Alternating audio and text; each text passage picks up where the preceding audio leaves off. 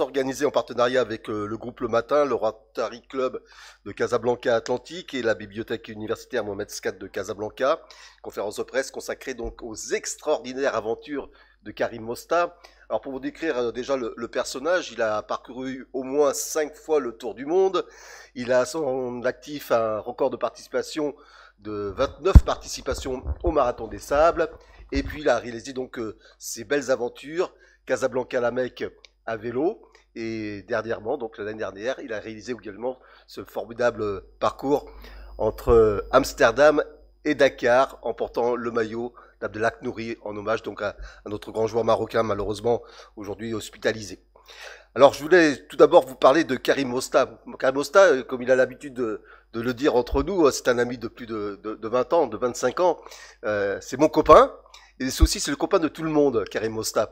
C'est quelqu'un qui a normalement de choses à partager. Il va vous faire partager donc cet après-midi quelques-unes de ses belles aventures. Il va revenir un petit peu sur son histoire. Mais il va surtout vous parler un petit peu des valeurs qui l'animent aujourd'hui, car tout ce qu'il fait, il le fait pour la bonne cause. Et je lui laisserai donc le soin d'en dire un peu plus tout à l'heure. Tout de suite, je vous propose d'accueillir monsieur le directeur de la bibliothèque universitaire Mohamed VI de Casablanca, qui nous fait l'honneur donc de nous accueillir, le professeur Khalid Layani, pour un petit mot de bienvenue. Vous pouvez l'applaudir.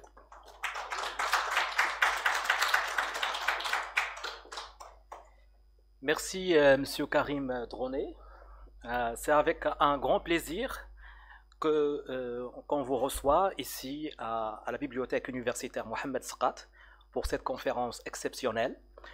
Je suis très heureux, très ravi d'accueillir un grand champion sportif, Monsieur Karim Mosta, qui vient partager avec nous aujourd'hui ses aventures extraordinaires, ses exploits et son nouveau défi sportif. Je vais revenir rapidement sur ma rencontre avec Monsieur Karim Mosta. Je l'ai rencontré il y a à peu près 2 mois dans le cadre du salon de l'édition et du livre 2023 qui a eu lieu à Rabat. On a eu une petite discussion et franchement j'ai rencontré une personne extraordinaire qui est animée par une passion ardente pour le sport et un désir pour repousser les limites de l'extraordinaire. Bien sûr, j'ai sauté sur l'occasion et on s'est mis d'accord pour organiser cette conférence. Par la suite, j'ai eu le plaisir de rencontrer Si Ali Al-Alaoui, un grand homme aussi, avec qui on va faire, Inch'Allah, beaucoup de choses ensemble, que ce soit avec le groupe Le Matin ou avec le club Rotary. Cette conférence est importante pour les étudiants, pour les jeunes de l'université. Il ne s'agit pas seulement de faire un récit qui est inspirant. Je pense et je suis convaincu qu'à travers les exploits de Si Karim Mosta, les étudiants vont comprendre l'importance de la détermination, l'importance de croire que tout est possible. À travers les histoires de Si Karim Mosta, ses exploits, les étudiants vont comprendre que pour arriver à un objectif précis, il faut travailler dur, il faut avoir un esprit, il faut forger un esprit en acier qui est capable de surmonter tous les obstacles. Je ne vais pas trop tarder, je vous souhaite à tous une bonne conférence et vive le sport.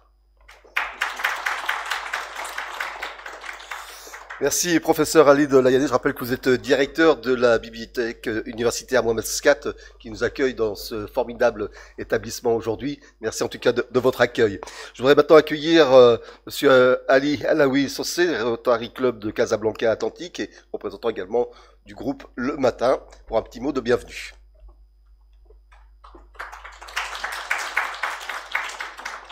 Alors, merci Karim. Bon, mon petit mot, en même temps, il est au nom du groupe Le Matin, mais en tant que président du Rotary Club Casablanca Atlantique, qui co-organise cette conférence.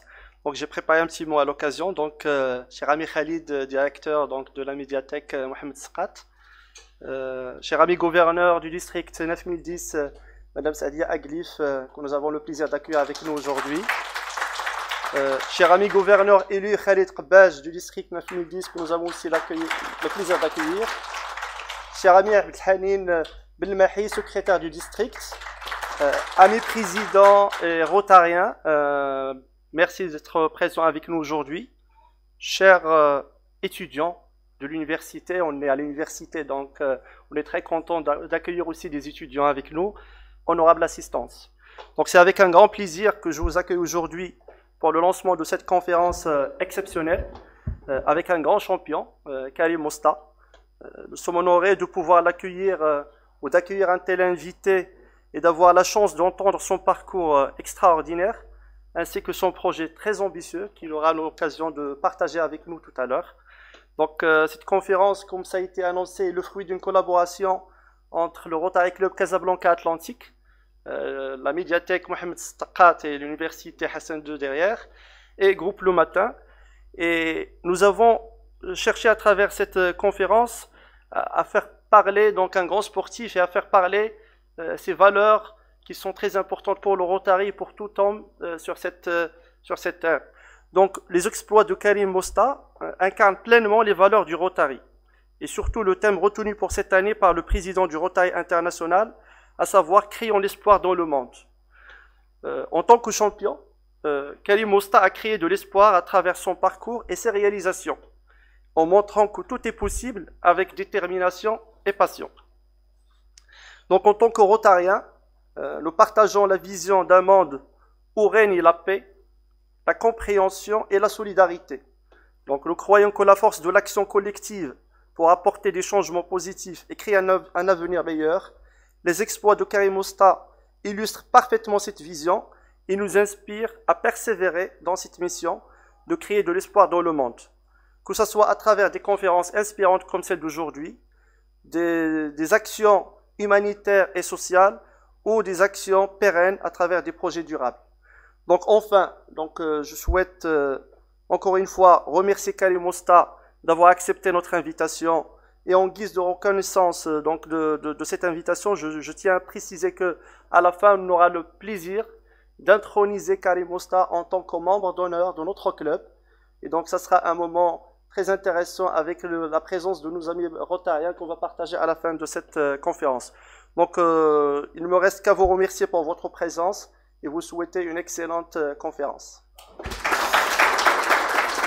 Merci Siali Alaoui Sosé, gouverneur donc Rotary Club de Casablanca Atlantique. On va peut-être découvrir le programme donc de cet après-midi avec donc cette conférence de Karim Mosta. On va revenir donc sur les aventures de Karim Mosta et on va découvrir le film du voyage de Casablanca à la Mecque à vélo. Une longue aventure que va nous faire revivre Karim Mosta à travers ce document d'une vingtaine de minutes. Ensuite, il nous présentera donc le vélo avec lequel il a réalisé cet exploit. Et puis, nous reviendrons à travers un petit diaporama sur l'ensemble de sa carrière sportive. Il nous fera découvrir un petit peu ses origines, comment il a été amené à relever des challenges comme le marathon des sables et bien d'autres marathons également à travers le monde. Et enfin, il nous présentera son nouveau challenge. Il va nous dévoiler son nouveau défi pour l'année 2024. Voilà donc pour le programme. Sans plus tarder, je vous propose de découvrir le film Casablanca, la Mecque à vélo avec Karim Mosta. Je vous demanderai simplement de mettre vos téléphones portables en mode avion pour éviter de perturber la projection. Merci. Bonjour à tous, salam alaikum. Dernier vidéo pour la dernière étape. C'est 109e jour, Casablanca à la Mecque. Là bientôt je vais arriver à la Mecque, ma destination finale. Et ben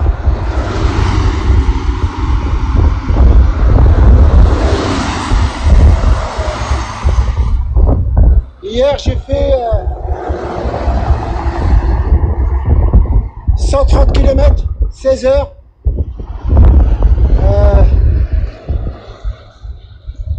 Aujourd'hui 140 km pour terminer, pour arriver à la Mecque, destination finale. Bah écoutez, qu'est-ce que je peux vous dire, j'aurais tout connu dans ces raids, des moments difficiles, de la fatigue, de la chaleur, de la pluie, de la montagne.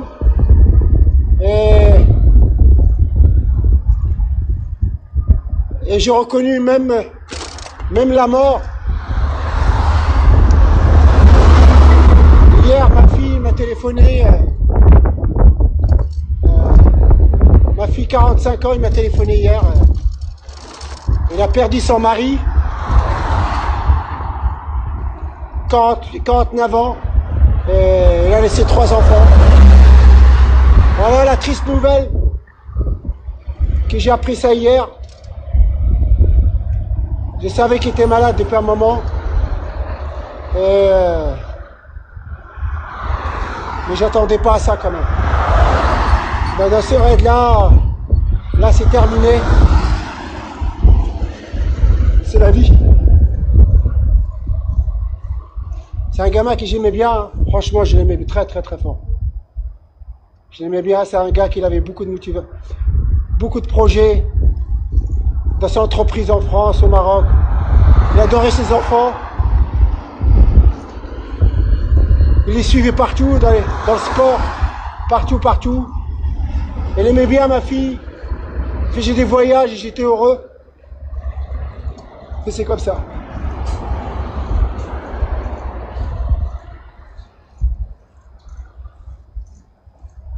Bon, j'ai fini comme ça, mais c'est comme ça.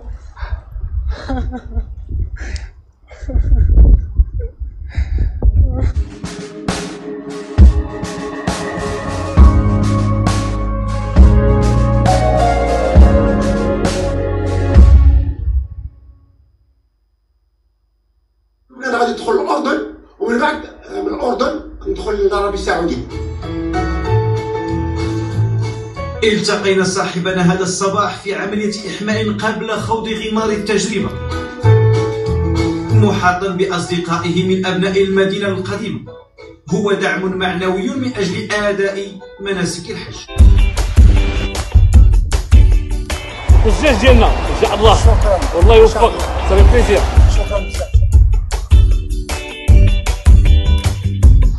طنجة استقبلنا سيدي بالورود.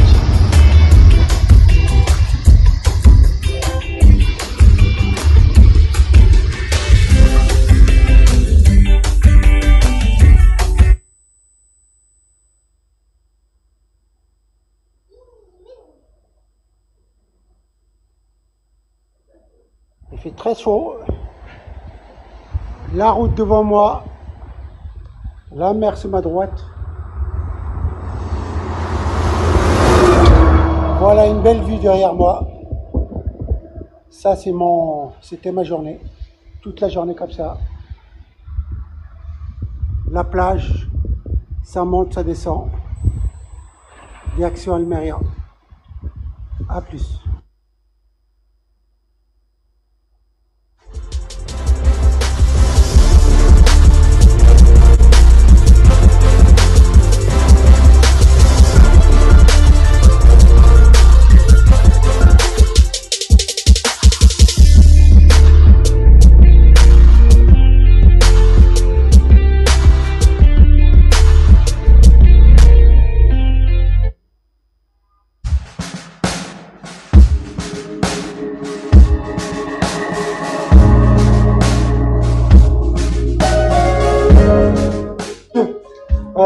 Bonjour madame.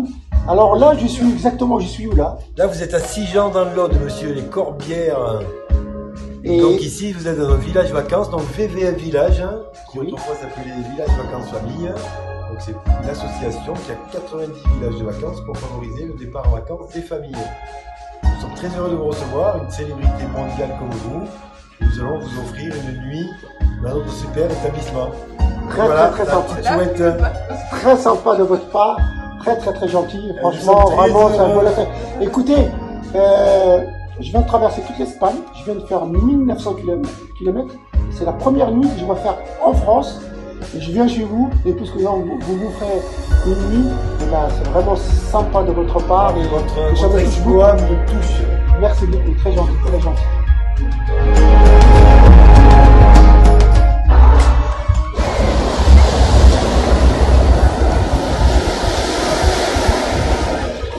Mes amis, je suis à Cannes.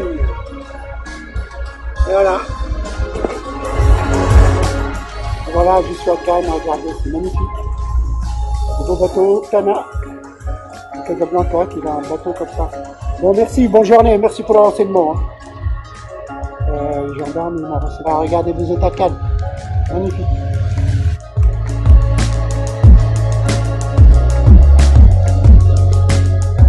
السلام عليكم. السلام ورحمة. أنتم منين؟ من قطر؟ جيتوا هنايا عطلة؟ Le carton, je viens de dire à quelqu'un qui me prend en photo. En fait, c'était 3 jeunes de Qatar. J'étais surpris que je vienne de Casablanca. Et j'ai parlé avec eux et je lui ai dit, écoutez, qu'est-ce que vous faites ici? Ils m'ont dit qu'ils sont en vacances, ils visitent. Et je leur dis, bah écoutez, c'est un jour de venir à Marrakech, Casa, vous êtes les bienvenus, voilà, c'est des petits jeunes sympas, des étudiants. Voilà, ils racontent.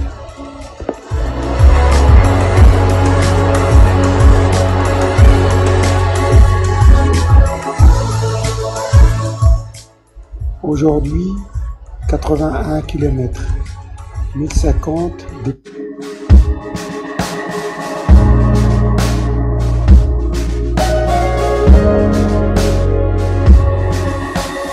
Dans un hôtel incroyable, je rencontre 2 personnes, 2 Français qui font de la course à pied et qui connaissent des amis. Voilà, c'est un monde de fou. Alors vous connaissez comme ça, vous connaissez Cécile Bertin? Bien sûr que je connais Cécile. Salut Barbie, c'est Pétard. Bisous.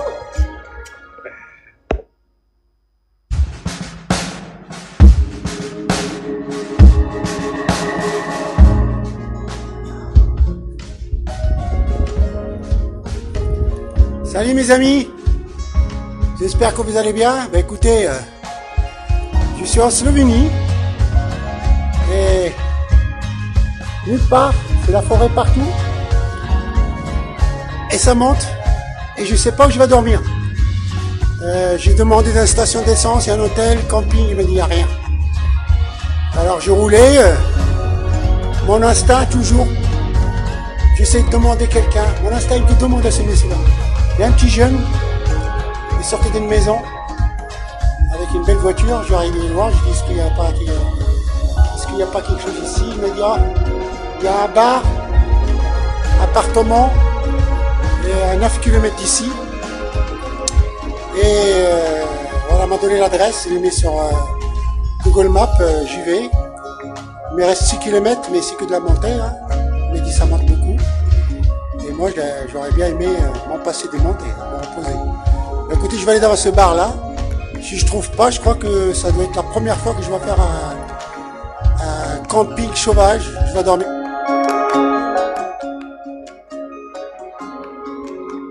Aujourd'hui, avec le vélo, j'ai perdu beaucoup de temps. Chaleur dans la montée, il ne marchait pas. Heureusement, j'ai trouvé une grande ville. Et je suis en train de voir réparer la voiture, le vélo. Et je crois que je vais dormir là. J'ai pas fait beaucoup de kilomètres aujourd'hui. C'est la vie, c'est comme ça.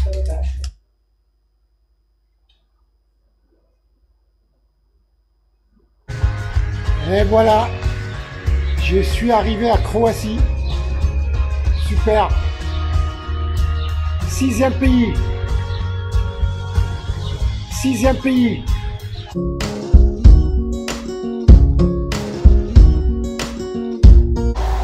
Je vois de ma gauche un monsieur qui marche et j'ai discuté avec lui. Ce monsieur-là, il vient de la Belgique. Il a 60 ans et là, il est parti pour un grand voyage. Il va jusqu'à Jérusalem. Alors, bonjour. Bonjour. Alors, comment vous appelez? Bernard. Et vous êtes de la Belgique, quel coin de la Belgique? Une petite ville qui s'appelle Hatt. À 10 km d'Hatt. Hein. J'ai vu dans un petit village qui s'appelle Eudeguien. Alors, vous avez dit que vous étiez avocat. Et là, vous avez pris une retraite pour partir pendant 3 ans. Non, c'est plus compliqué que ça. Non, mon voyage, mon changement de vie, il a eu lieu il y a 20 ans en fait. D'accord. Donc on a commencé par se passer de voitures, de télévision, d'avions, et donc voilà, on est revenu à l'essentiel. Donc voilà. Animaliste quoi. Non, minimaliste. Minimaliste. Regardez les maisons. C'est toujours la même histoire. Hein. Les gens qu'est-ce qu'ils cherchent? D'avoir une maison,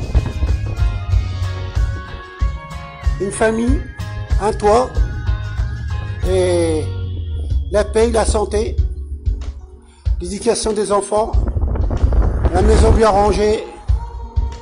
Voilà. Toujours la même histoire partout dans le monde. Et faire des vélos comme la dame de temps en temps. Pour la santé. Voilà. Regardez la maison. Puis jouer pour les enfants.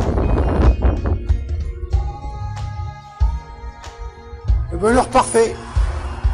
Le bonheur, c'est toujours la même chose.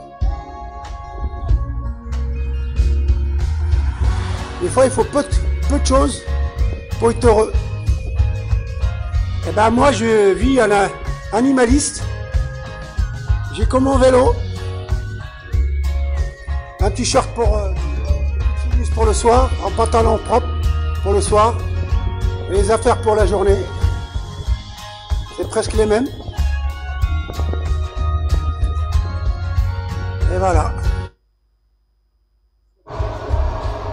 Bonjour à tous, ça y est, je suis en Serbie, 7e pays.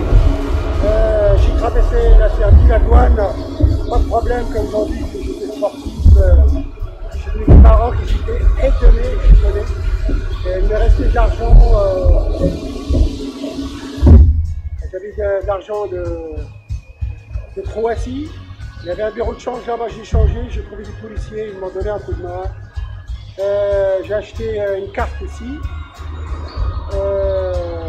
Aussitôt là, j'ai changé l'argent. Et un policier m'a donné un coup de main pour rentrer la carte. Les mecs, c'est vraiment très sympa. Voilà, après là, je me dirige vers mon hôtel, elle est à 8 km d'ici. Et demain, je continue ma route. Donc je continue par là. Regardez, il y a plein de camions qui attendent. Mais moi, j'ai passé tranquillement. Allez, à plus. Il y a des camions qui attendent. Vous voyez, il y a beaucoup de camions qui attendent. Allez, à bientôt, carrément.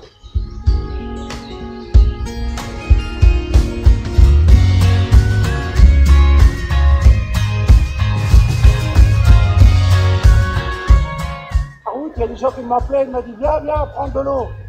Ah, water. I need de l'eau. Good? No problem? Hein? Hein? Ljubila? Ok. Prirodna voda. Ok. Prirodna nije i veštačka. Ok. Mais tu peux le boire, il n'y a pas de problème. Hein. Je te crois. Ah. Écoutez, hein, je bois, c'est super bon. Hein. Cheat.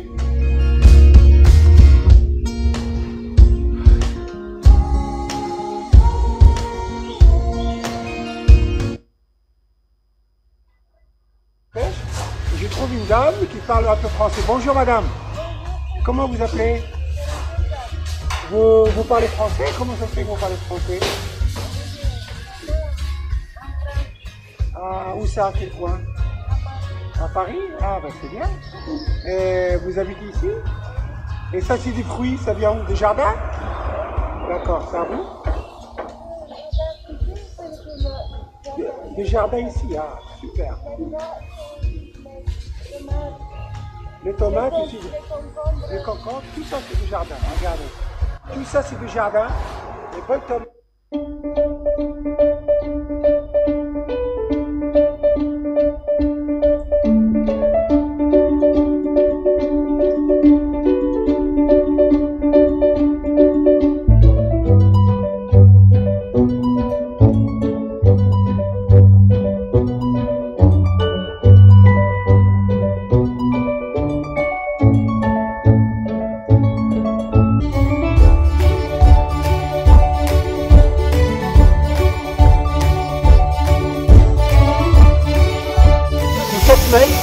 Portato spagnolo, francese, italiano, sloveno.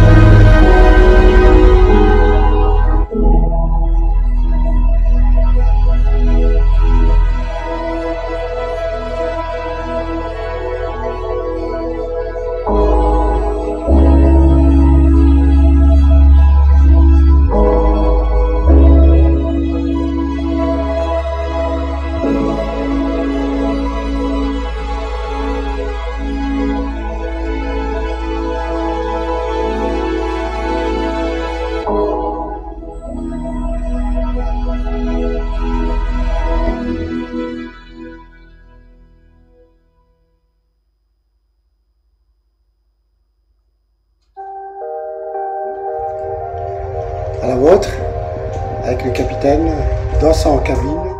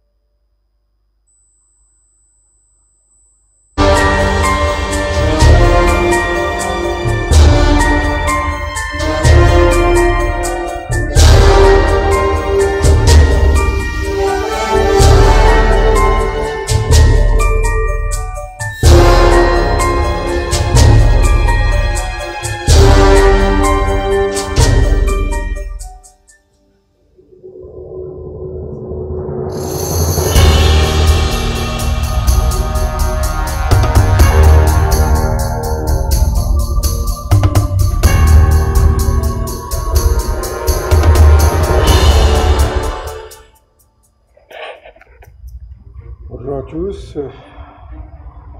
Écoutez, aujourd'hui, nuit dans la pente, mais je pense que j'ai fait quand même une belle nuit, j'ai dormi.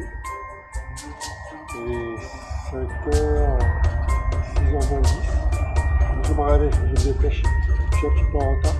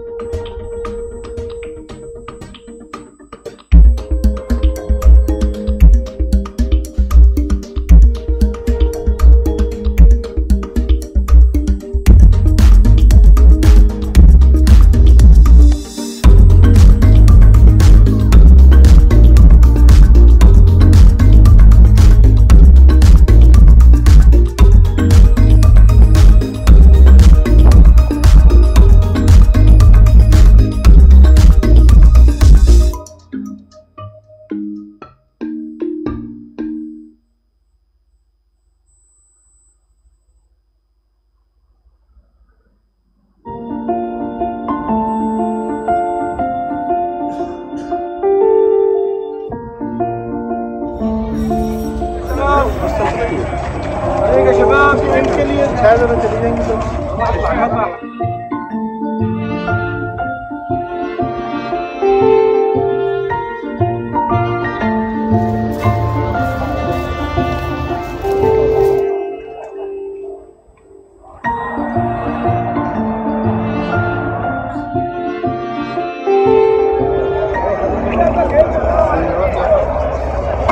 استنى يا اخوان استنى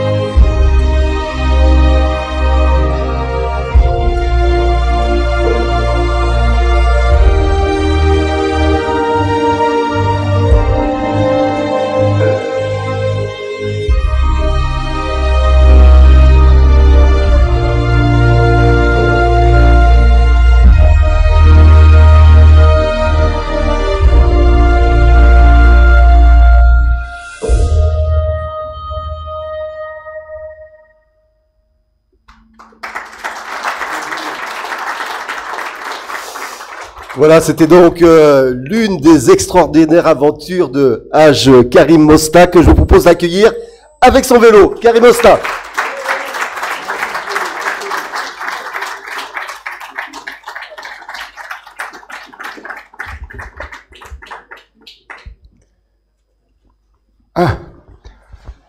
Merci à tous. Bonjour, salam alaikum. Merci pour votre accueil.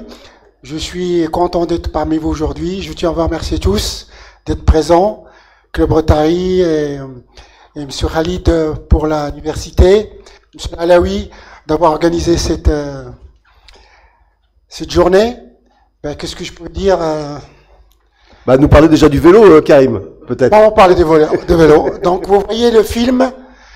C'est 20 minutes, mais normalement c'est 3 mois de voyage, 3 mois de souffrance, 3 mois de bonheur, 3 mois des découvertes.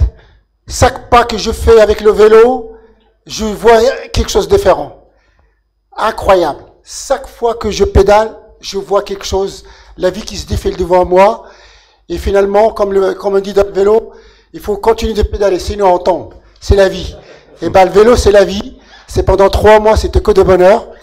Et ce vélo-là, c'est là, il s'appelle, je l'appelais Patience, parce qu'il a tenu le coup, parce qu'il n'a pas cassé. Et il m'a amené de Casablanca. Il a traversé 13 pays, jusqu'à la Mecque, 8000 km. Et on est arrivé ensemble. C'est le premier vélo marocain qui a fait africain, qui a fait Casablanca à la Mecque. Et c'est un vélo japonais en aluminium, parce que normalement les gens qui voyagent, ils prennent des vélos en acier. Pourquoi? Parce que l'aluminium pour casser, on peut pas le souder, et en acier, on peut le souder. Heureusement que j'ai pas d'accident, j'avais rien, et donc et ça a été, j'ai été protégé. Et qu'est-ce que j'ai fait dans ce vélo? Je l'ai acheté d'occasion. Je l'ai acheté d'occasion à Paris, et je l'ai modifié un peu. Qu'est-ce que j'ai mis? J'ai mis, vous voyez ici, parce qu'il y a un dynamo qui est pour la lumière, et grâce à ça, ça stocke l'énergie, et je peux charger ma batterie externe, et comme ça, je peux avoir, parce que là, j'avais le GPS, donc pour charger le GPS sur le téléphone. Voilà, qu'est-ce qu'il y avait ça? Et j'avais un truc solaire, en plus que je mettais derrière, pour avoir toute l'électricité. Sinon, j'avais 2 sacoches devant, 2 sacoches derrière, j'avais à peu près 40 kilos. Donc sur le plat, ça va, mais quand ça monte, il faut avoir des jambes, donc il n'y a rien d'électrique. Tout. Et là, il y a quelqu'un marocain qui va partir, à bientôt, mais avec électrique. Il est en train de se préparer, je lui donne un coup de main. Il va partir, il va faire Casablanca à la Mecque, le même parcours, mais avec une vélo assisté. Alors, comme vous avez vu le parcours que vous avez vu le film, j'ai tout connu, hein, comme je vous avais dit, même la mort à la fin de mon gendre. Et c'est pour ça que je me suis filmé. Ça m'a fait du bien, ce vidéo. C'est pas pour... parce que comme j'étais tout seul, alors je me parle à moi-même, pour pas tomber dans la folie. Alors le soir, je parle à mon vélo, je parle à moi-même, je prends le téléphone et je raconte l'histoire. Mais la première chose, quand j'arrive quelque part, je parle toujours à ma femme. La première chose, une fois que j'ai fait 100 km, la première chose que je parle, tout de suite, je prends le téléphone à ma femme et je raconte l'histoire, parce qu'elle m'a insisté c'était la première que je parle, tout le temps. Quand j'ai un problème, un jour, par exemple, j'étais en Slovénie, comme vous avez le vélo qui était en panne, j'étais en Slovénie, le vélo, il a tombé, il passait plus le petit plateau, et comme ça montait, donc j'avais du mal à monter. Et j'ai dit à ma femme, là, il fait très chaud, je suis pas bien, je suis au milieu de la forêt, et le vélo, il marche pas, j'en ai marre de ça. Il m'a dit, envoie-moi ton GPS, et je lui ai envoyé le GPS. Après, il a regardé par Google Maps, elle était en France, hein. Il a regardé, il m'a dit, oh, t'as un village qui est pas loin, il est à 5 km. Ça m'a fait du bien, parce que moi, je ne le voyais pas. Et j'ai poussé le vélo dans la montée, tout doucement, j'ai bu un peu de miel, un peu de date, un peu de l'eau, je m'arrosais tout doucement. Et j'arrive dans un village, et là, il y a un bistrot, et je rentre dans le bistrot, et les gens, ils parlent tout ça. Ils n'ont jamais vu un mec de couleur comme moi. Tout le monde silence, tout le monde parlait silence. celui-là. Et j'ai rentré, j'ai demandé un Coca-Cola, je prends un Coca-Cola, j'ai bu 2. Les mecs croyaient que je n'allais pas le payer. Je disais le 3e, j'ai bu. Et après, et je suis sorti, je regardais mon vélo si je l'avais attaché. Le gars, il m'a suivi parce qu'il croyait que j'allais me sauver. Après, j'ai expliqué avec mon portable. Grâce au portable, maintenant, on peut parler et ça traduit de toutes les langues. On peut écrire ou parler, ça traduit de toutes les langues. Et j'ai expliqué que j'ai un problème de vélo, parce qu'il y a un marchand de vélo. Il m'a dit c'est à 10 km. Heureusement qu'il y avait une descente et j'ai descendu. Et là, j'ai réparé mon vélo. Voilà, c'est une petite histoire comme ça. Une histoire comme ça, il y en a plein. Qu'est-ce que je veux dire après, j'ai réalisé mon rêve. J'ai fait le pèlerinage. Hajji, de Dort al-Amra. Et je suis revenu. J'ai mis 8 heures pour arriver en avion. Et j'ai mis 3 mois pour aller. Et là, tu t'aperçois quand même, c'est de la magie, l'avion. C'est 3 mois, c'est 8 heures de revenir. Mais je garde un très très très beau souvenir. Et j'avais fait ce voyage d'abord, parce que ma mère, toujours elle me dit, oh mon fils, tu as été aux États-Unis, tu n'as pas été à la Mecque. Mon fils, tu as été à la Russie, pourquoi tu n'as pas passé par la Mecque? Et son rêve, c'est de faire la Mecque. J'allais à la Mecque. Après, elle est morte, et j'ai réalisé ses rêves. Voilà. Mais j'ai réalisé, voilà.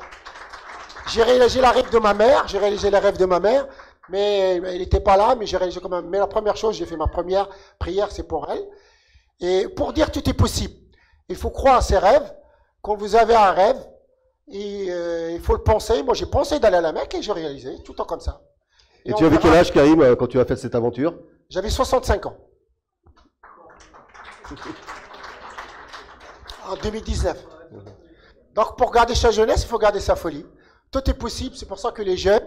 Bon, donc, je fais cette conférence pour les étudiants, pour vous et pour les étudiants, mais les étudiants, ils ont des examens, tout ça. Mais je vais revenir pendant Inch'Allah, pendant les écoles, quand ils sont là, parce que le but, c'est de leur donner l'envie de se dépasser. D'accord. Et vous savez, quand je sais, merci au Club Rotary, parce que je sais que vous êtes dans l'humanitaire, vous êtes dans le social, et ben ça correspond à moi, parce que quand j'ai fait Casablanca à la Mecque, je l'ai fait pour 2 choses. Je l'ai fait aussi pour ramasser un peu de sous pour des orphelins. Comme j'allais au voyage, j'ai dit à tous les gens qui me suivent, je vais faire un voyage, si vous voulez, donnez-moi un peu de sous, je vais les garder, et je vais en donner à des orphelins. C'est qu'est-ce que je fais? J'ai rencontré un peu de sous, et j'ai suivi un garçon et une fille. Je les suis jusqu'à maintenant. J'ai rencontré 40 000 dirhams. Et la fille, la maman, je leur fais prendre la coiffure. Les gamins, je les aide dans les écoles, tout ça. Bon, il n'y a plus d'argent, mais je continue toujours à les suivre. Je suis toujours avec eux. Et maintenant, ça marche bien. Ils sont dans les écoles et très bien. Donc, c'est important de faire des amitiés. Parce qu'au départ, dans la vie, au départ, tous les sportifs de haut niveau, ils roulent pour soi. Mais après, tu roules pour les autres. On ne peut pas. C'est comme ça la vie. Si quelqu'un est heureux, s'occuper des autres. Quand quelqu'un qui n'est pas bien, je lui dis, tu n'es pas bien, va faire de l'humanitaire, va dans les associations, aide les autres, et tu verras, tu vas te sentir bien. Donc voilà.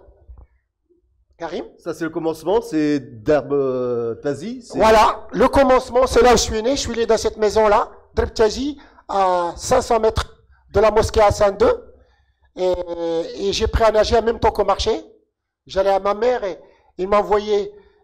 Là, c'est là où il y a la mosquée, il y avait une piscine. La piscine la plus grande, c'était à cette époque la plus grande du monde.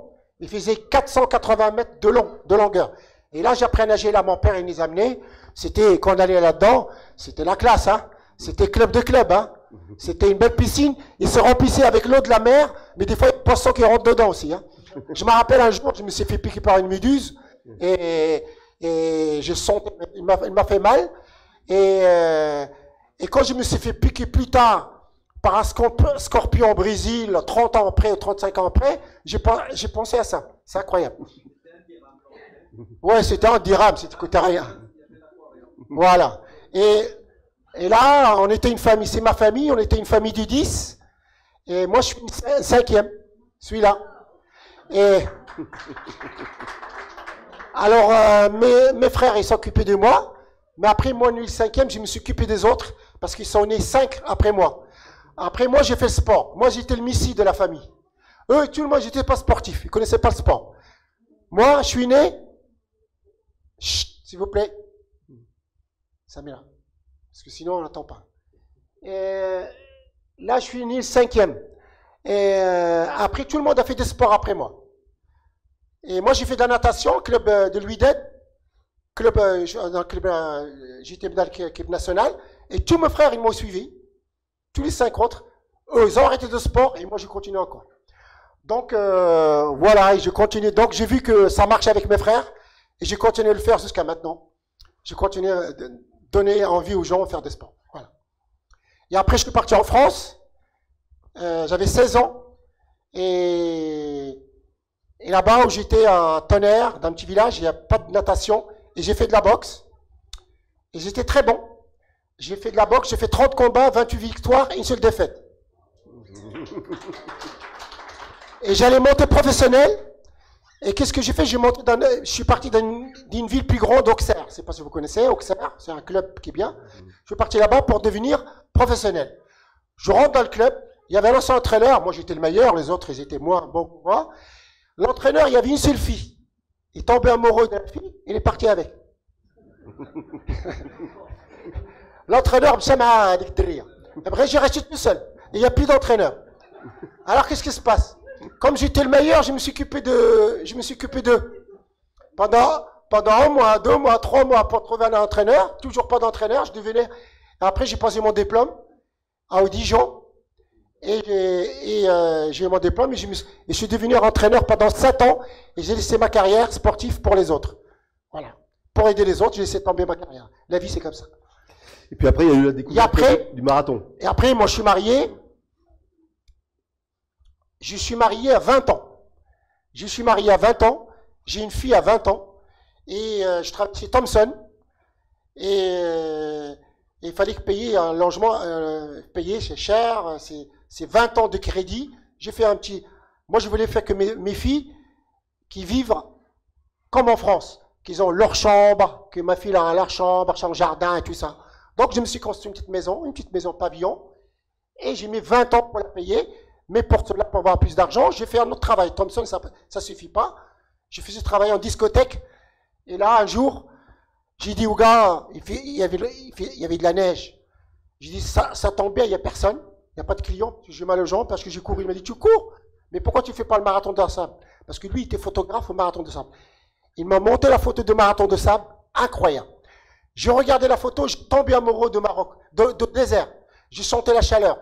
J'ai dit, moi, je suis marocain. Je ne connais même pas le désert. Qu'est-ce que je fous là? C'est pas normal. Je ne connais pas le désert. Il faut absolument que je fasse ça. Le patron, il a regardé ça, de la boîte. Il m'a dit, si tu veux le faire, je te donne la moitié. Et j'étais voir une autre personne qui travaille dans une banque. Il m'a donné la moitié. Et je me suis entraîné pendant 3 mois et j'étais faire le marathon de sable. Ça, c'est pas ça, c'est moi. Hein.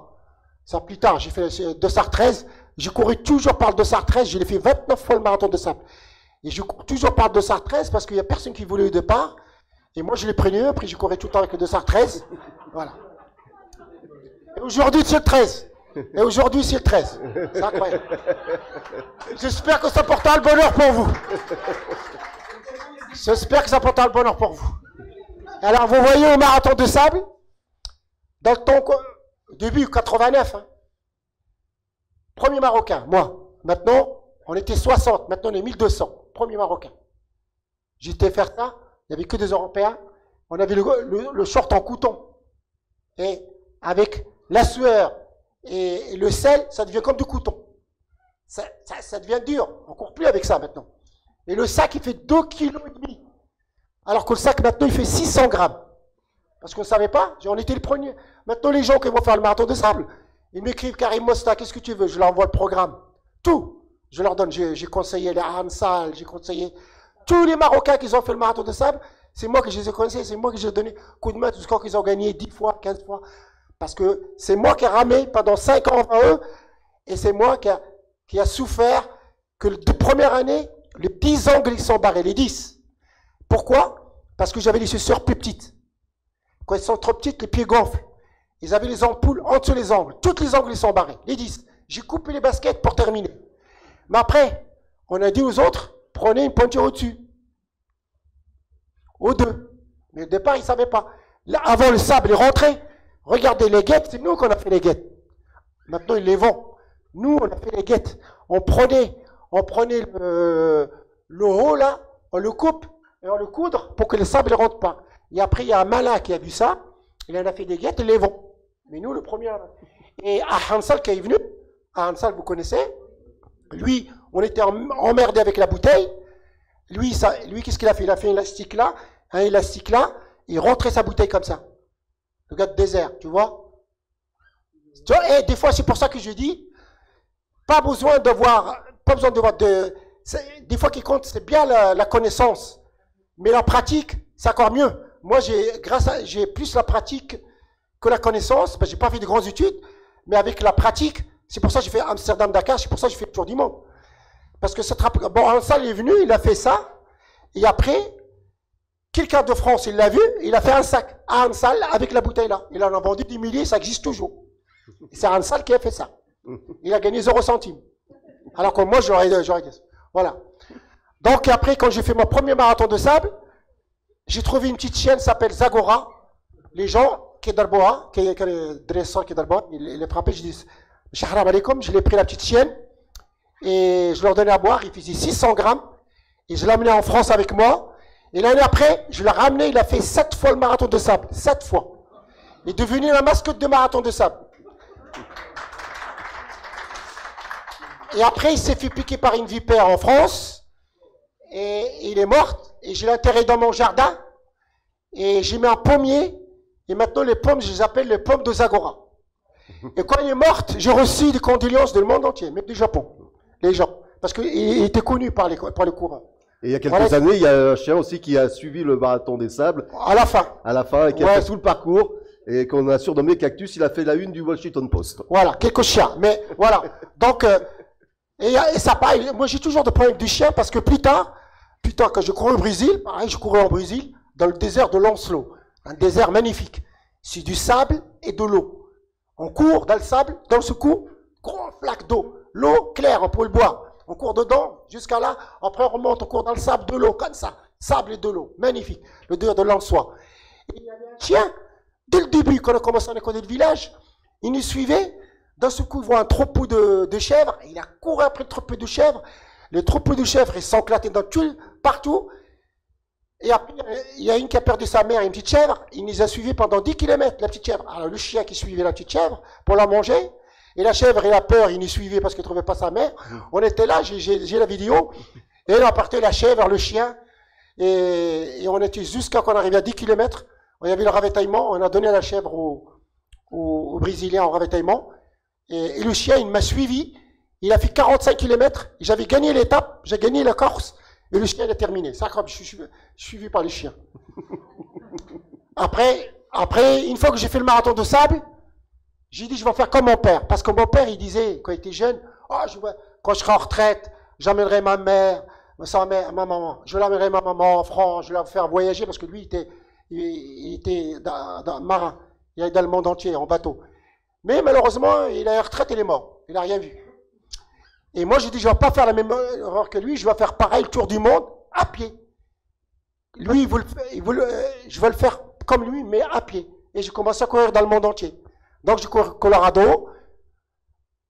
Là, c'est toujours le Colorado, magnifique. J'étais plusieurs fois, j'étais moins une vingtaine de fois, les États-Unis. Là, en Brésil, j'avais gagné. Alors, en Brésil, j'avais gagné la première fois. Là, après, j'ai couru dans le toit du monde, dans l'Himalaya, jusqu'à 5200. Et pareil, là, après, l'Amérique de Chine, c'est moi qui ai dessiné ça à 10 ans. Mon père, il était en Chine, il m'a ramené une photo de l'Amérique de Chine. Après, je l'ai dessiné avec de l'eau. Je l'ai toujours. Et je ne savais pas qu'un jour, j'allais courir là-dessus. Et j'ai réalisé mes rêves. Et c'est pour ça que je veux dire aux gens maintenant, aux jeunes, quand vous voulez faire quelque chose, écrivez-le. Marquez, par exemple, moi, quand je voulais faire Amsterdam-Dakar, j'ai marqué Amsterdam-Dakar. Paf! Comme ça, tous les jours, je la vois. Et comme ça, j'ai obligé de m'entraîner, obligé de faire quelque chose. Quand vous voulez faire quelque chose, vous l'écrivez et vous le marquez. Comme ça, vous le voyez.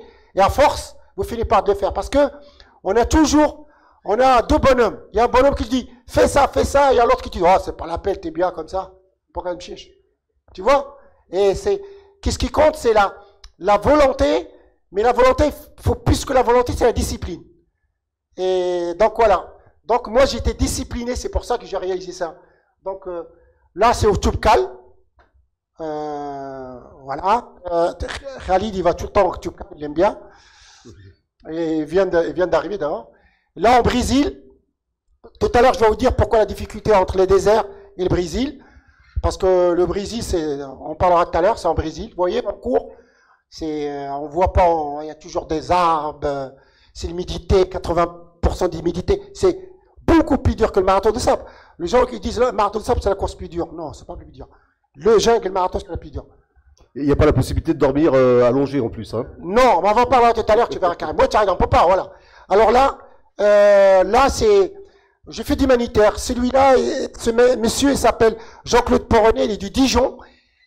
Il court tapis roulant chez lui, à la maison. Et il est champion de France, quand même, de course à pied, aveugle. Il est aveugle. Il voulait faire le Comrade. Il m'a demandé, j'avais fait tout seul le Comrade, c'est une course la plus longue du monde. On fait 86 km. C'est fait pour les vétérans de l'Afrique du Sud qui ont fait la guerre. Ils ont fait une course pour eux. Et ça existe toujours. C'est la course la plus vieille. Et j'ai participé, moi, juste après l'apartheid. Je suis parti avec lui. S'occuper d'un aveugle pendant 10 jours, c'est comme si vous partez avec lui une année. Parce que quand il est tout seul, il connaît. Mais quand il est chez lui, il connaît. Mais quand il est ailleurs, il ne connaît pas. Donc, il faut toujours être à côté. Par exemple, quand j'étais dans l'avion, 11 heures d'avion, quand il y a les toilettes, je l'amène aux toilettes, mais je reste à côté des toilettes. Quand il sort, je l'amène. Quand il va dans un restaurant, et après, sa viande, il faut s'en occuper quand même. Hein, mais je le fais, parce que j'ai envie de le faire. Je dis, ça va me faire du bien. Mais quand je courais avec lui, on court, lui, il me dit, on a fait 86 km, j'avais un petit élastique, et on court, il me dit, Karim, il y a des chevaux. Ben, je dis, il n'y a pas de chevaux. Il me dit, mais si, il y a des chevaux. Mais lui, il sent les chevaux. Plus loin. Il dit, il y a de l'eau. Alors, il y avait du bruit, tout ça. Il me dit, il y a de l'eau. Mais je dis, il n'y a pas d'eau. Mais sentez le ruisseau, alors qu'il y avait du monde. Il y avait 1 million de personnes, des gens qui gueulaient, et sentaient l'eau. En fait, ils voyaient des choses que nous, qu'on ne voit pas, parce qu'on perd tout ça. On perd l'odorat, les coups, tout ça. Et lui, j'ai appris plein de choses. C'est vraiment une expérience magnifique avec ce monsieur-là. Et après, un soir, je suis occupé de lui. Un soir, je lui dis, Karim, demain, on va partir, je vais sortir un peu. Il m'a dit, vas-y, sors. Je sors. Le lendemain, on prend de l'avion à 6 heures. Je sors, dans le débar, je bois un coup, j'écoute de la musique. Je rentre à 3 heures du matin. J'allume la lumière. Il était assis sur le lit. Il m'a fait peur. Je dis, Jean-Claude, qu'est-ce que tu fais? Tu m'as fait peur. Il m'a dit, je range mes affaires. Je lui ai dit, tu peux pas allumer la lumière? Il me dit, elle est bonne celle-là. Parce que lui, il n'a pas besoin de la lumière, lui.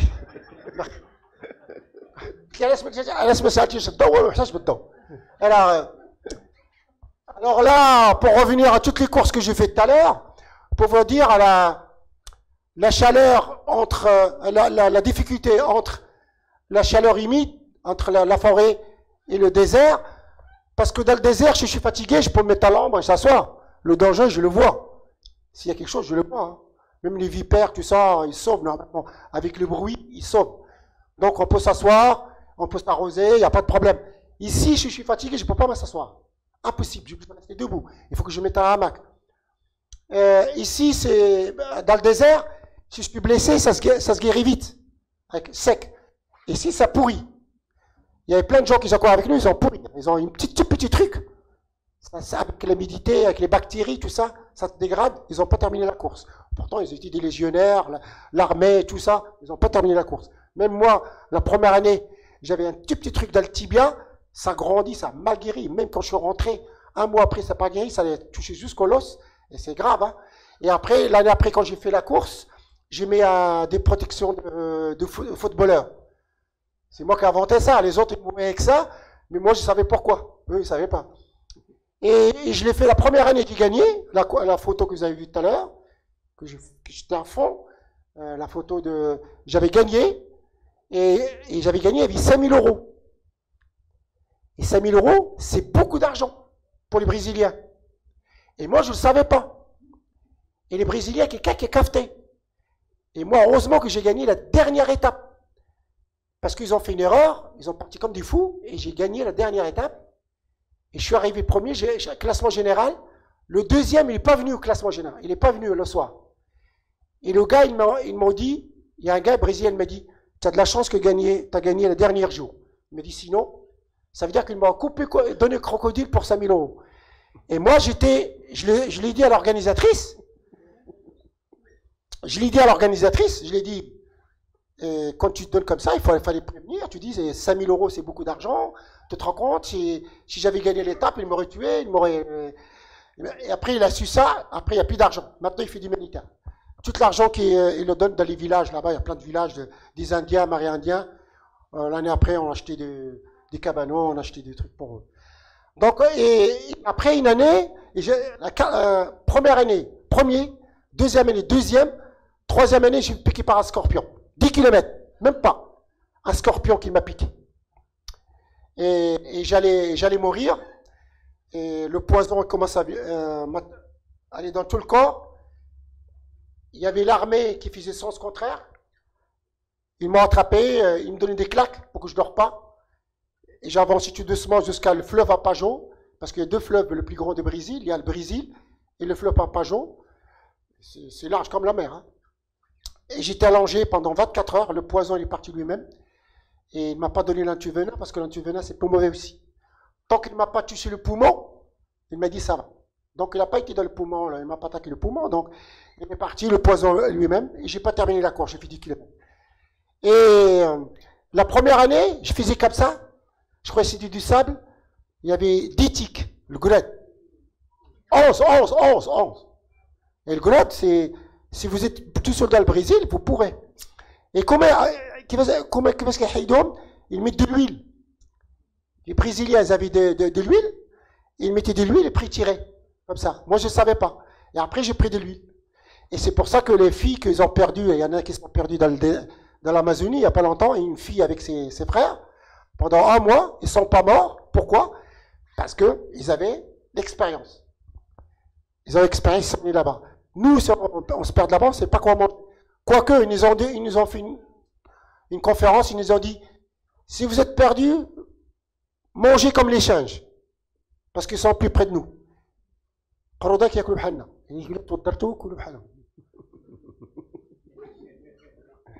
Alors donc, et pour s'asseoir, il faut toujours prendre un hamac. J'avais toujours un hamac, on ne peut pas s'asseoir par terre. Et le soir, on mettait un bout de bois, le susurre toujours sur le bout de bois, parce que si des fois on allait faire pipi le soir, tu rentres, il y a un scorpion, un truc comme ça, toujours, fais attention. Donc toujours un... Non, et depuis, j'allais plus dans le désert, dans la jungle. J'ai dit, ça suffit.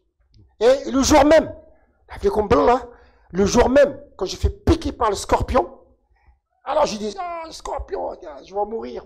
Putain, ça, j'ai fait le tour du monde, un petit scorpion va me tuer. Là, j'ai posé 20 cm, il y a un gros flaque d'eau, il y avait un boa qui est en train de se reposer. Dans le flaque d'eau, il faisait chaud. Il était dans l'eau, et vous voyez comme ça la tête qui sortait. Heureusement que je n'ai pas mis la main dessus. Il avait mangé tout ça, sinon, bah, ça a mangé une vache. Voilà l'histoire. Et là, en Guinée, j'ai attrapé le palu. En Guinée, là, cette photo, je l'ai montée à ma fille, Sarah. Un jour, Sarah, il avait les dents, il laisse le robinet couler. Il laisse le robinet couler. Je lui dis, Sarah, c'est pas bien, qu'est-ce que tu fais? Regarde, ça c'est la magie. J'ai coupé l'eau, j'allais y mettre. Il me dit, pourquoi tu dis ça? Je dis, regarde, quand ça c'est de l'eau qui coule, et là, ça ferme. Je dis, regarde cette fille-là, je lui ai montré cette photo. Eux, ils font 10 km pour aller chercher de l'eau. Ils ont le dos tout squinté. Ils font pour manger, pour se laver, pour tout ça. Et toi, tu les uses l'eau comme ça. Et depuis, il faut attention. C'est sensibiliser les enfants à l'eau. Et en Guinée, pareil, je courais, j'avais gagné cette course. Il faisait chaud, il y a beaucoup de serpents en Guinée. Beaucoup, hein. Incroyable. Et je courais, et il y avait une montée. Il était 2 heures l'après-midi. La chaleur, et j'entends le mobilette. Et après, je tourne, je vois un monsieur en mobilette avec un enfant devant. Et je lui dis, mais qu'est-ce qu'il a ton fils? Il m'a dit, il a attrapé le palu, il est en train de baver. Et je lui dis, mais il faut l'amener à l'hôpital. Il m'a dit, je l'amène à l'hôpital. Je dis, l'hôpital est où? Il me dit, à Conakry. Combien de kilomètres? 80. 80 kilomètres.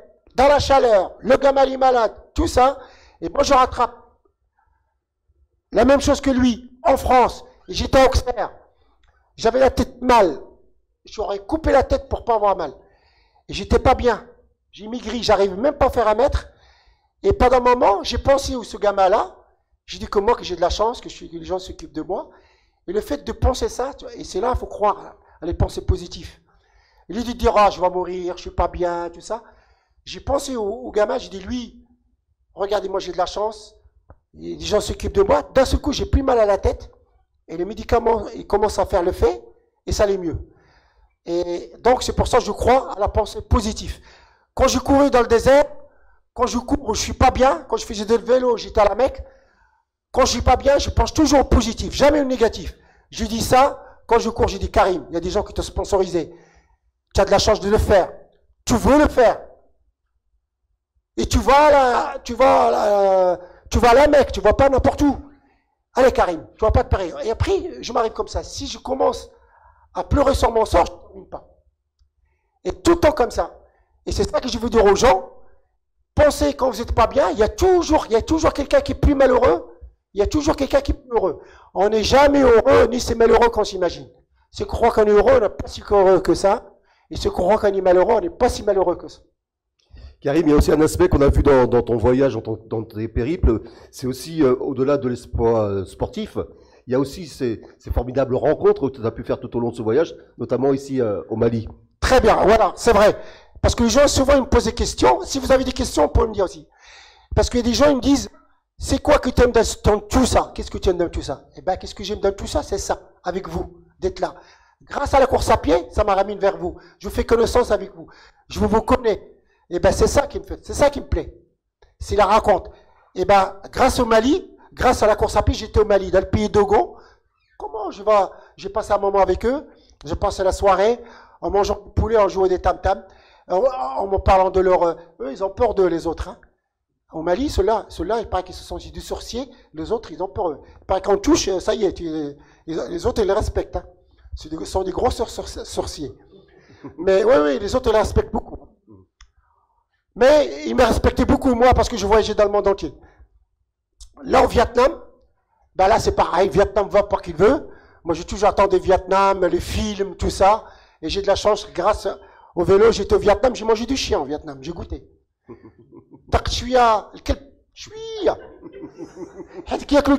Il mange beaucoup les chiens. Et j'ai mangé un petit peu. Et là, en Inde, là, c'est pareil. L'Inde, je me rappelle, quand j'étais au cinéma Mourib, j'allais voir le film, tu sais, qui durait 2 heures, 3 heures, de l'Inde, tout ça. Et j'ai de la chance d'aller là-bas en Inde. Alors, l'Inde, c'est pareil. C'est un gros pays, hein, mais il y a un côté, dans le Kerala, c'est plus vert, ils vivent plus longtemps que dans le sud, où c'est plus désertique, où ils mangent moins, les gens, ils meurent plus tôt que dans le Kerala. C'est incroyable. Dans le Kerala, c'est plus joli. Et j'ai fait de temps en temps des conférences, un peu partout. J'en ai fait en Martinique. Ça, c'est à Noël. C'est Noël, à 40 degrés là-bas. Tu vois, ils ont là-bas, ils ont un truc de Noël. Et j'étais dans une école, et j'ai fait des conférences de temps en temps dans des écoles, des universités, un peu partout. Voilà. Il y a un voyage aussi en Guyane. Là, en Guyane, j'étais plusieurs fois en Guyane, et j'ai visité le ban de Guyane, là où... parce que j'aime bien aussi la culture. Donc j'étais visiter le GAN de Guyane et c'est incroyable parce que moi j'ai fait toutes les prisons de France, tous. J'ai fait toutes les prisons de France, j'ai fait des conférences. Et là, ils m'ont commandé encore 8 conférences. Et c'est pour ça que je crois en conférences. Pourquoi? Parce que là, je parle de prison de Guyane, je parle de prison en France, parce qu'en France j'étais à Melun, une vieille prison. Et j'ai parlé comme ça, il y a un qui me connaissait par les bouquins, par l'internet. Non, par les bouquins. Il me dit, Karim, je suis content de te connaître, mais mon rêve, c'est de faire l'Amérique du Chine. Et je lui dis, tu as fait 50%. Le reste, maintenant, c'est la préparation. Le fait déjà que tu as envie de le faire, c'est-à-dire j'ai fait 50%. Et j'ai dit, tu peux. Et je l'ai oublié, 8 ans après, il m'envoie une photo de l'Amérique de Chine. Il m'a dit, j'ai sorti, j'ai passé mon diplôme des plombiers, j'ai une fille de 2 ans, et j'ai réalisé mes rêves. Merci Karim. À partir de là, je commence à croire à ce que je dis. Je dis, qu'est-ce qu'il dit, ça peut porter ses fruits, et je continue tout le temps. Et comme j'ai fait tous les prisons, j'ai dit la Guyane, les prisons là-bas, j'ai vu comment ils vécu dans le temps, ils allaient à Guyane, ils mouraient. Hein. Et quand ça ne va pas, ils coupaient la tête, ils leur donnaient quoi. Et il y avait du requin qui traînait tout le temps. Ils attendaient le corps humain. Et quand je vois les prisons maintenant, comme ils sont, ils ont la télé, ils ont tout. Et je leur dis, moi j'étais en Guyane, je leur dis des fois aux prisonniers. Et je crois à la prison parce que la dernière fois, juste en revenant en prison, après on passe à autre chose, parce que j'ai plein de choses. En prison, j'étais voir les islamistes. Tu sais, les islamistes ne voient pas qui veut.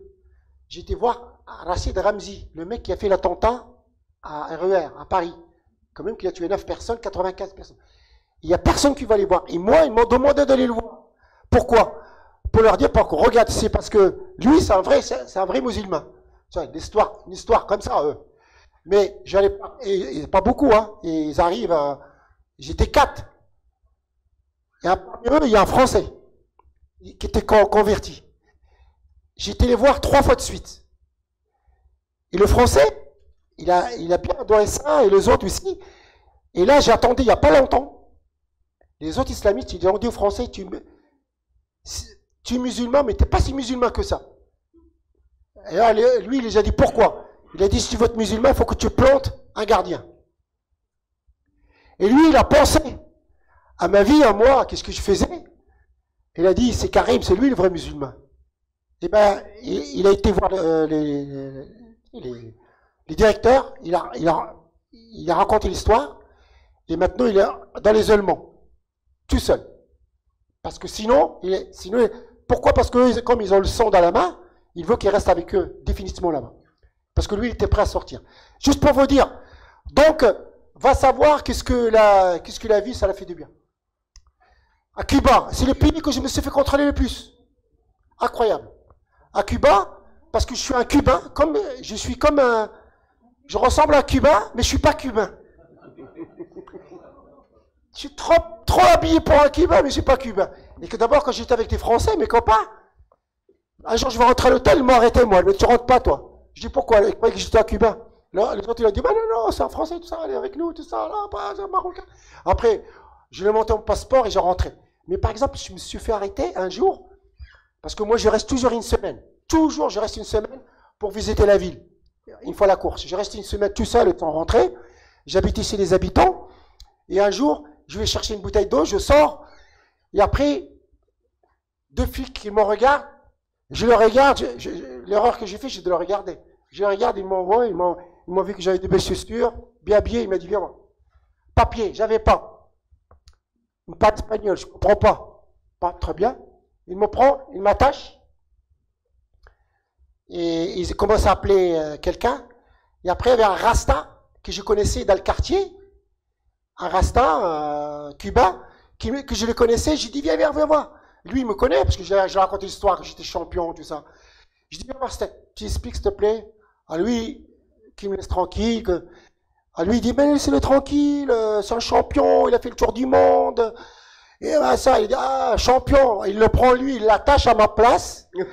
Et moi, il m'a dit, va chercher les papiers. Alors le gars, il me dit, Karim, fais pas le con, va chercher les papiers parce que sinon, ils vont m'embarquer. Alors je monte, mais le problème quand je suis monté, les gens où je dormais avec eux, et tu sais, là-bas, ils ont tous des petits balcons, ils ont regardé, ils m'ont vu. Et quand j'ai frappé, ils m'ont fermé les fenêtres, et quand j'ai frappé, ils ne vont pas ouvrir. J'ai frappé, hey, Karim, papier, passeport, ils ne vont pas ouvrir. Et après, moi, j'ai fait.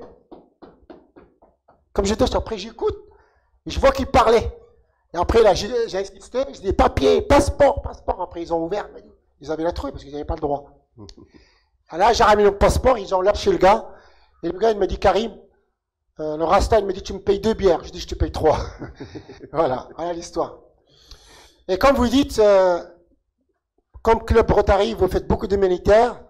C'est pour ça que j'adore ce que vous faites. Bah, moi, c'est pareil. Parce que courir, c'est bien. Mais aider les autres, c'est mieux. Un jour, j'ai fait une conférence. Non, je donnais des pluches.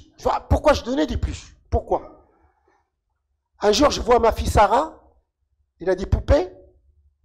Il les arrache la tête, il jette, tu vois. Il ne s'équipe pas des poupées. Je lui dis, Sarah, il y a des enfants. Non, mais j'ai une photo, je ne l'ai pas mis là. Je lui ai montré une photo. Il y a une fille qui prend une bouteille en Mauritanie. Je faisais une course de 333 km. 333 km non-stop, sans arrêter. C'est la course la plus longue que j'ai faite. Je l'ai fait 75 heures. On courait, je courais. Quand je ne peux plus. Même un soir, il est tombé la nuit. Je dis, je vais dormir vers 3 heures du matin. Je dors, je sais pas moi, 10 minutes, comme si j'avais dormi 5 heures, hein, dans le coma. Paf! Je me réveille, de partir comme ça, je suis parti sans ce contraire. Je suis parti. J'étais content, j'ai dormi, je suis bien. Et la nuit, et pendant un moment, je regarde, je vois que les pas, ils allaient tous par là. Ah, je dis, pas possible, je me suis trompé. Après 20 km. Et le deuxième nuit, tout le monde dormait. Troisième nuit, tout le monde dormait, parce qu'eux, ils ont fait le compte. Moi, j'ai dormi 10 minutes, 2 nuits de suite, le premier, et troisième nuit blanche. Les autres, ils ont pas fait ça. Ils n'ont pas dormi le premier, deuxième nuit, troisième nuit, ils ont dormi 5 heures. Et j'ai dépassé, je suis arrivé 5e. À partir de là, maintenant, quand je dors, je vais partir comme ça, je dors comme ça. Comme ça, quand je me réveille, je sais que le sac, il est là, il faut que je parte comme ça. Mais maintenant, il y a le GPS, mais des fois, tu vois. Et pour dire, ma fille, je lui ai montré une photo de Mauritanie, des filles qui avaient une bouteille, ils avaient de la paille. C'est une poupée, et elle qui cassait ses poupées, je lui ai raconté l'histoire, et je lui ai dit, dépêche-toi, il vient manger. J'étais avec ma femme en train de manger, je vois Sarah, il a mis toutes ses poupées dans un sac, il les tirait, il me dit, papa, tiens, tu leur donnes à les petites filles là. Mais je dis, toi, elle me dit, oh, bah, le Père Noël, il va m'en ramener d'autres. Et à partir de là, je commençais à donner un peu partout dans le monde entier. J'ai donné au Maroc, Bouskoura, c'est l'association AMH, Bouskoura, où il y a les enfants handicapés, des petits jeunes handicapés. Je suis parti donner ça, et après j'ai vu une femme ramener son gamin en Bourrouet. Et après je dis, madame, pourquoi vous n'avez pas encore... Elle me dit, ouais, mais j'ai rien, tout ça. Et je prends son adresse, tout ça. Mais je dis, je vais ramener un fauteuil. Je suis parti en France, je parle à des amis. Il y a un gars, il m'a dit, oh, je connais quelqu'un qui en a un. Lorsqu'il connaît un, je commençais. Pendant 2 ans, j'ai ramassé. Un semi-remorque. Et j'ai un copain qui avait un peu d'argent à Paris. J'avais Clergerie, la marque Clergerie, je suis sûr. Et il a payé le camion et je l'ai amené à Bouskoura avec même des camions, même des fauteuils électriques qui est très cher, des beaux camions. On a ramené un camion. Voilà. Et après, j'ai organisé une course en France. J'ai récolté 1500 €, j'ai donné au Restaurant du Cœur. C'est lui qui a payé le camion. Ça vit que l'Algérie. Et un jour, je suis parti faire une conférence par là. Et des jeunes m'ont dit, on aimerait bien avec toi, dans une école. Je dis, d'accord, chiche, je vous amène. Il faut s'entraîner. Alors, ils ont levé la main, 1, 2. Ils ont levé la main, ceux 3-là, ceux 2-là. Ils ont levé la main. Et celui-là, c'était ailleurs. Et finalement, ils ont abandonné. Ils ont pas. Au bout de 3 mois, ils ont abandonné. Lui, Alexandre Paco, il ne parle pas. Il ne dépose pas un mot. Parce qu'un jour, il est rentré chez lui, il a trouvé son père pendu. Il a trouvé son père pendu dans le garage. Le gamin était flippé. Et je commence à le parler tout doucement, courir tout doucement. Et finalement, au bout d'un an, il commence à courir 20 km par jour. Je l'ai amené en Chine. Il a fait 8 fois 21 km. Il a été en Chine. Et eux, je les ai amenés avec moi en Inde. Donc il y a un Marocain, lui il travaille bien à l'école, mais eux ils ne travaillent pas bien. Et pareil, on a fait un dossier, tout doucement. On a trouvé de l'argent, on a été faire en Inde, dans le Kerala. Et ils sont revenus.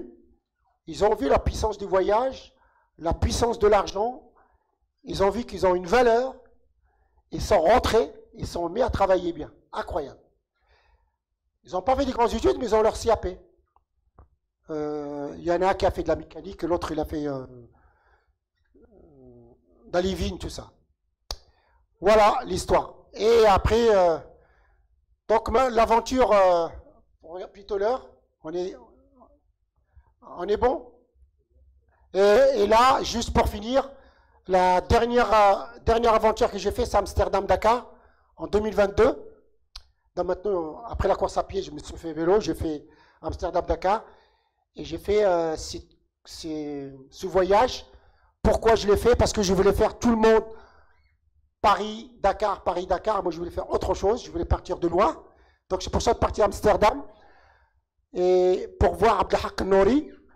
Abdelhak Nouri, c'est un athlète marocain qui joue à Amsterdam. Et maintenant, il a 26 ans, il est tombé. Le cerveau, il est cramé, il ne peut plus parler, le pauvre, il ne peut rien, qu'avec du tuyau. Donc j'étais chez son père, j'étais le voir, j'attends, quand il allait jouer le Coran. Et j'ai vu sa famille, personne qui va le voir, pas de photo, pas de rien. Hein. Il est toujours pareil. Et je suis parti d'Amsterdam, le club il m'a donné un maillot. Et tous les soirs, je dors avec. En fait, pour dire moi que je suis retraité, que j'ai cette chance, je veux partager ce voyage avec lui. Et pour me rendre compte pour moi-même que j'ai de la chance.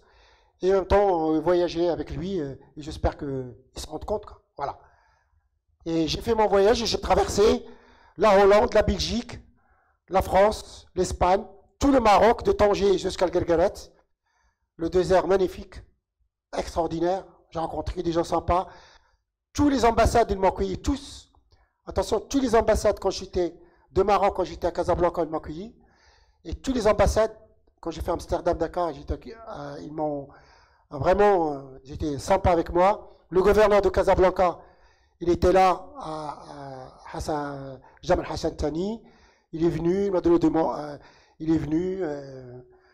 Non, c'était très, très, très bien. Et partout, jusqu'au le gouverneur de l'Ayoun, d'Akhla, les ambassadeurs.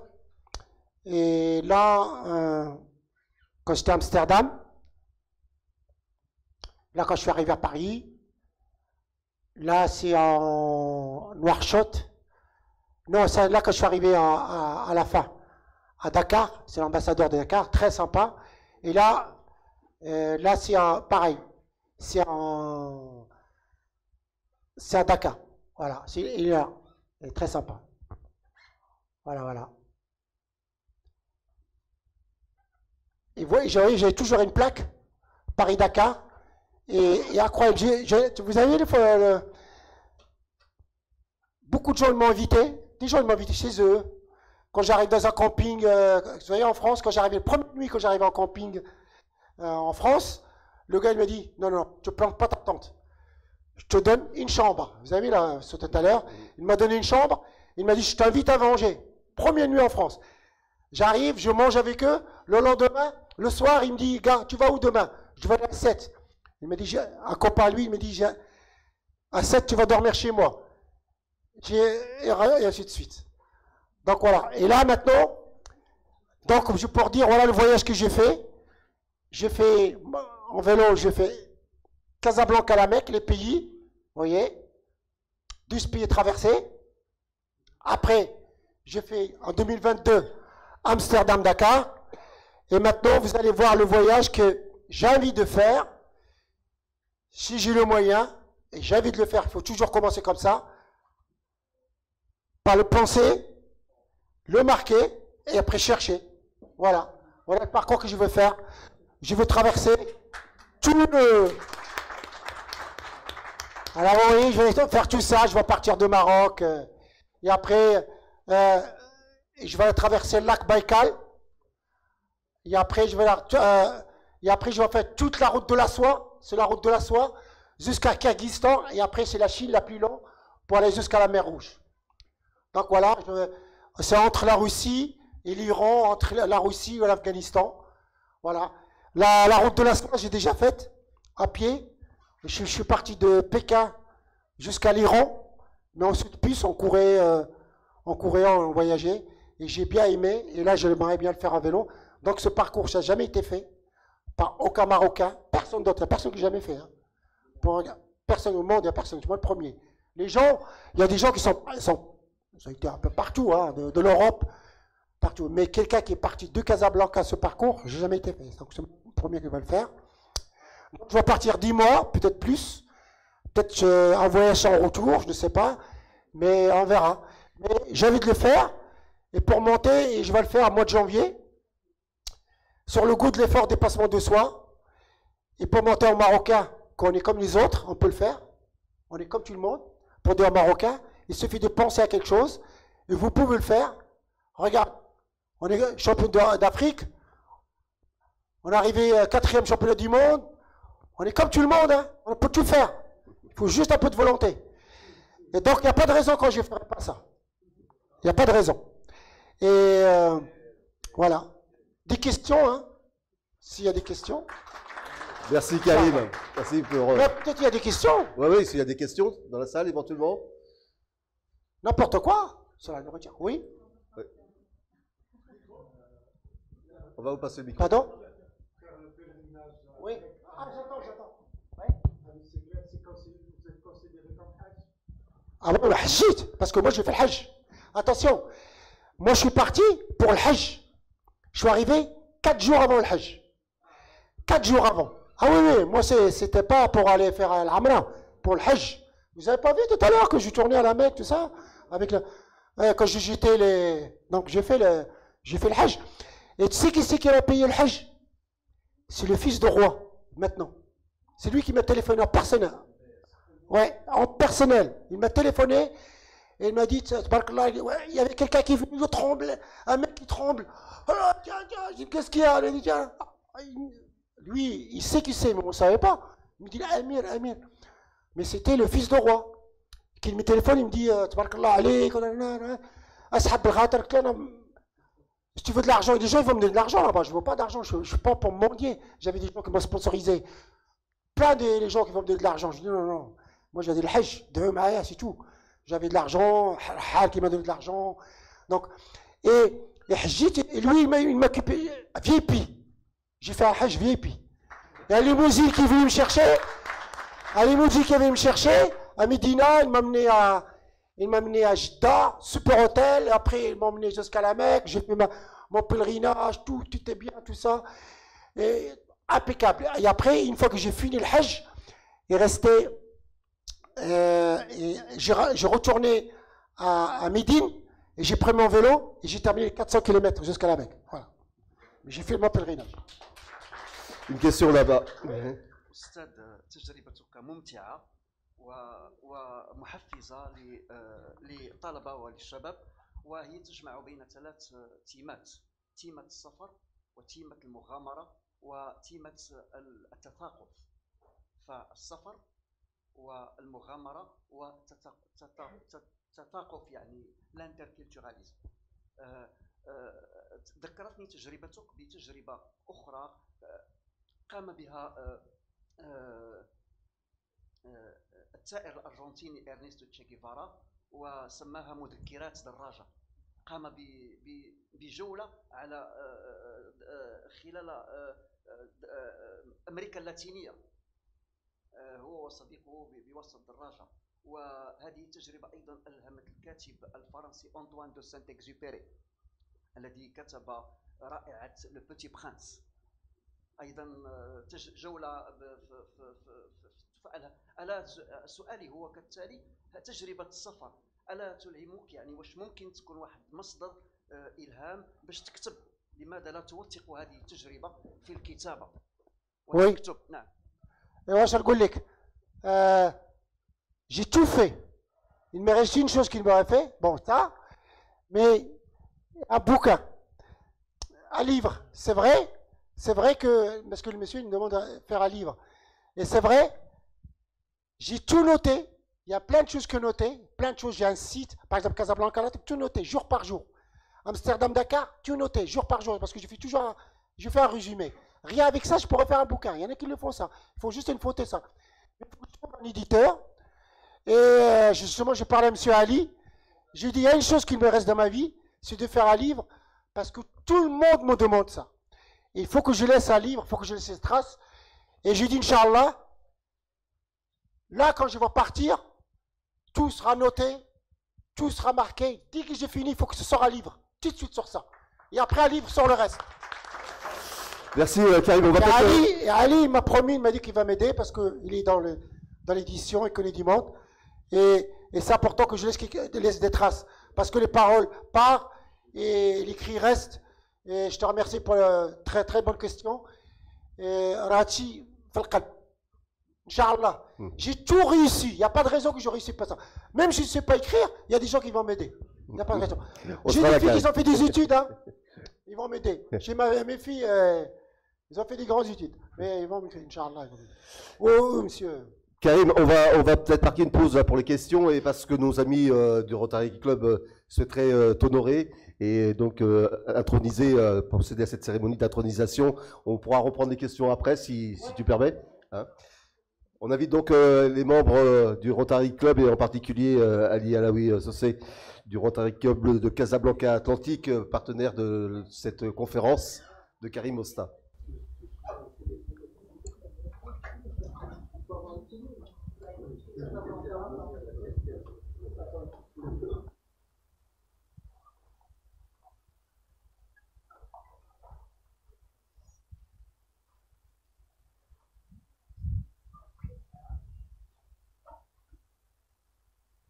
Comme tu dis, souvent j'ai dit aux jeunes, il faut rêver, il faut avoir des rêves.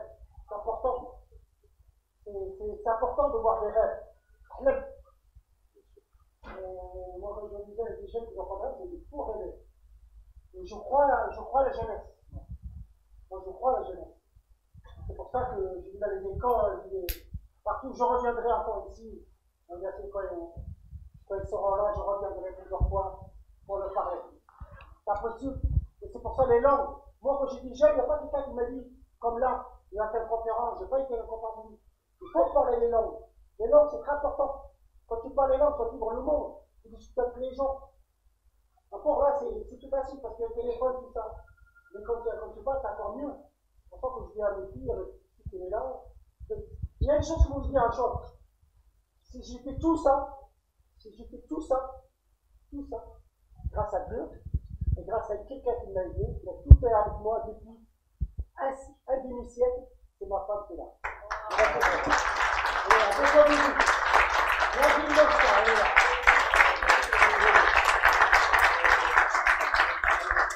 Elle est toujours discrète derrière, mais voilà. C'est ma grande mère.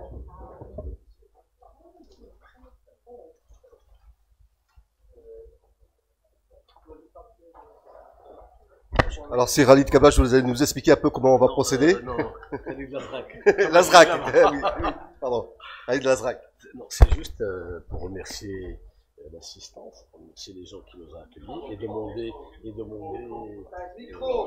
Oui, d'accord, j'étais en train de lui expliquer ce qu'on va procéder. C'est ça le protocole. Alors, voilà. Donc, je vais juste présenter. Ils vont venir, on va appeler notre ami Karim. بسم الله الرحمن الرحيم. أصدقاؤنا الأوفياء الضيوف الكرام، يسرنا دي روتاري كازابلانكا أتلانتيك أن يتقدم إليكم بجزيل الشكر لحضوركم، والفضل يرجع إلى المدير العام للمكتبة la bibliothèque universitaire de Hassan II. Le groupe Le Matin, alors c'est Ali, le mudir al-Mali ou directeur financier du groupe Le Matin, et c'est un honneur pour notre club d'avoir assisté à une conférence d'une importance, plein d'optimisme, plein de sympathie, plein de joie de remporter tous les challenges. Merci si Karim Mosta de partager avec nous tes valeurs basées sur la persévérance, sur l'abnégation. Et je n'irai pas sans remercier notre grand modérateur, si Karim Droni.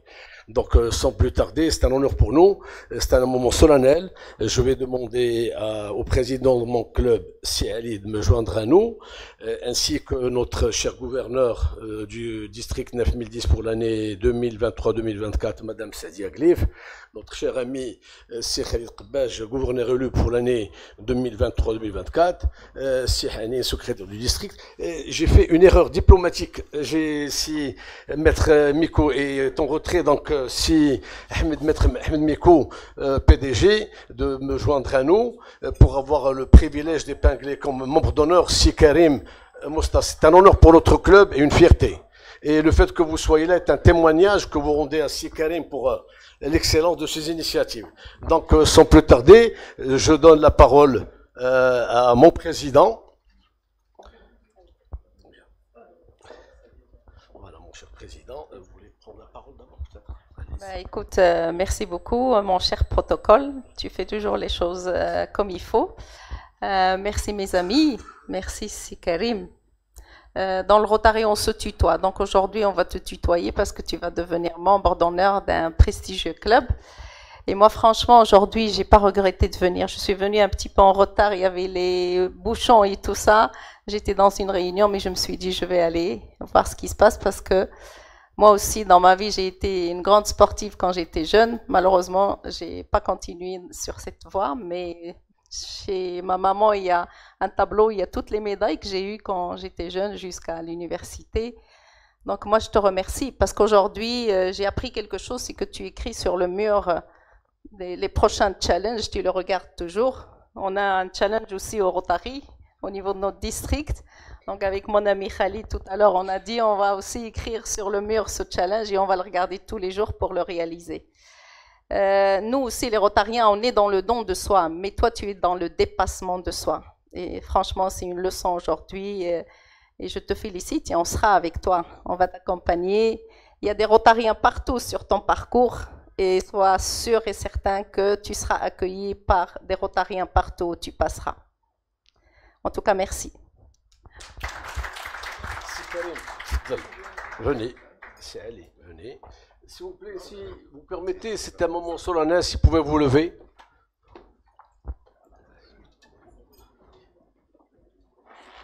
Si on peut éteindre un peu.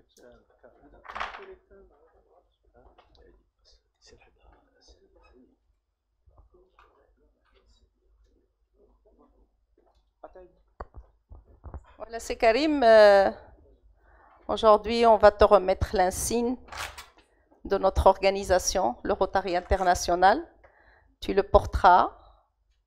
Là où tu passes, tu le porteras et tu seras reconnu. Parce que c'est une organisation qui existe dans 200 pays. Et les gens, ils vont t'interpeller quand tu vas le porter sur ta chemise, sur ton blouson. Ils savent de quoi il s'agit. Donc, tu trouveras la famille rotarienne partout où tu vas.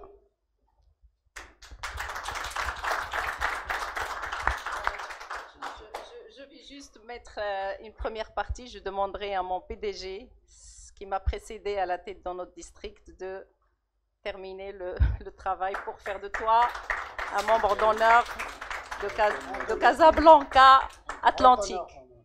Merci. Au nom de notre président international, au nom de notre gouverneur du district 9010, je pense qu'aujourd'hui tu auras 1 200 000 Rotariens dans le monde qui vont te porter et qui vont te soutenir, comme vient de le dire notre gouverneur.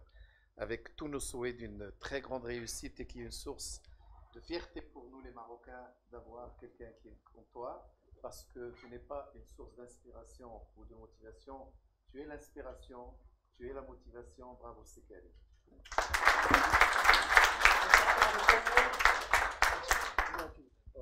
Merci beaucoup, gouverneur. Merci, monsieur le président. Merci tout le monde. Le Rotary, écoutez, je le porterai avec vraiment. Écoutez, je ne peux pas vous dire comment je sens les choses. C'est comme j'étais à la Mecque. C'est vrai que quand j'étais à la Mecque, je ne peux pas expliquer. Là, c'est pareil. C'est quelque chose, je suis heureux de l'intérieur. Merci beaucoup. Surtout, vous avez dit 200 pays. 1 million 200 000. 1 million 400 000 même. Eh ben, avec plaisir. Franchement, je le porterai avec honneur. Et je ne le perdrai jamais. Côté gauche, voilà. Côté cœur, hein, c'est ça le point. Côté cœur, en plus. Bon, merci beaucoup. Et je suis ravi d'être parmi vous et de membres de Rotary. Voilà. Voilà, cette année, nous, on est venu te voir. Moi, je suis gouverneur, mais tu seras accompagné aussi l'année prochaine par le prochain gouverneur qui est à côté de moi, c'est Khalid Rbaj. Merci, c'est Karim. Bon, donc, tu es membre de notre club. Bienvenue au Rotary, bienvenue dans cette grande famille. Aujourd'hui, tu as donné une leçon aux jeunes et aux moins jeunes. C'est cette inspiration, c'est quand on croit quelque chose, on y arrive. Donc, tu as inspiré les gens. mais toi-même tu es inspiré. Et je voudrais inviter Madame Mosta, parce que c'est l'inspiratrice de l'inspirateur. Venez à côté de nous. Donc, bravo Madame pour tout ce que vous faites. Et chez nous, il y a un proverbe arabe, mais je vais le traduire. Derrière chaque grand homme, une femme. Et vous êtes cette grande dame. Donc, tu porteras cette roue du Rotary, mais je te demande d'en porter 2, comme ça, c'est un vélo à 2 roues. Bien, merci, bravo, bravo pour ce que tu fais. Il va faire le voyage avec moi, Inch'Allah, depuis Casablanca jusqu'à Pékin. Inch'Allah. Merci, merci. Ça, c'est les fanions du club, donc du Rotary Casablanca Atlantique. Donc, chaque fois que vous allez rencontrer des Rotariens, donc, il suffit de présenter aussi. Donc, en plus de l'insigne, vous avez le fanion. Et comme il a été dit par notre gouverneur et par tous les Rotariens ici, vous serez Inch'Allah bien accueillis, bien accompagnés par tous les. C'est notre ambassadeur. Merci. Itinérant. Merci.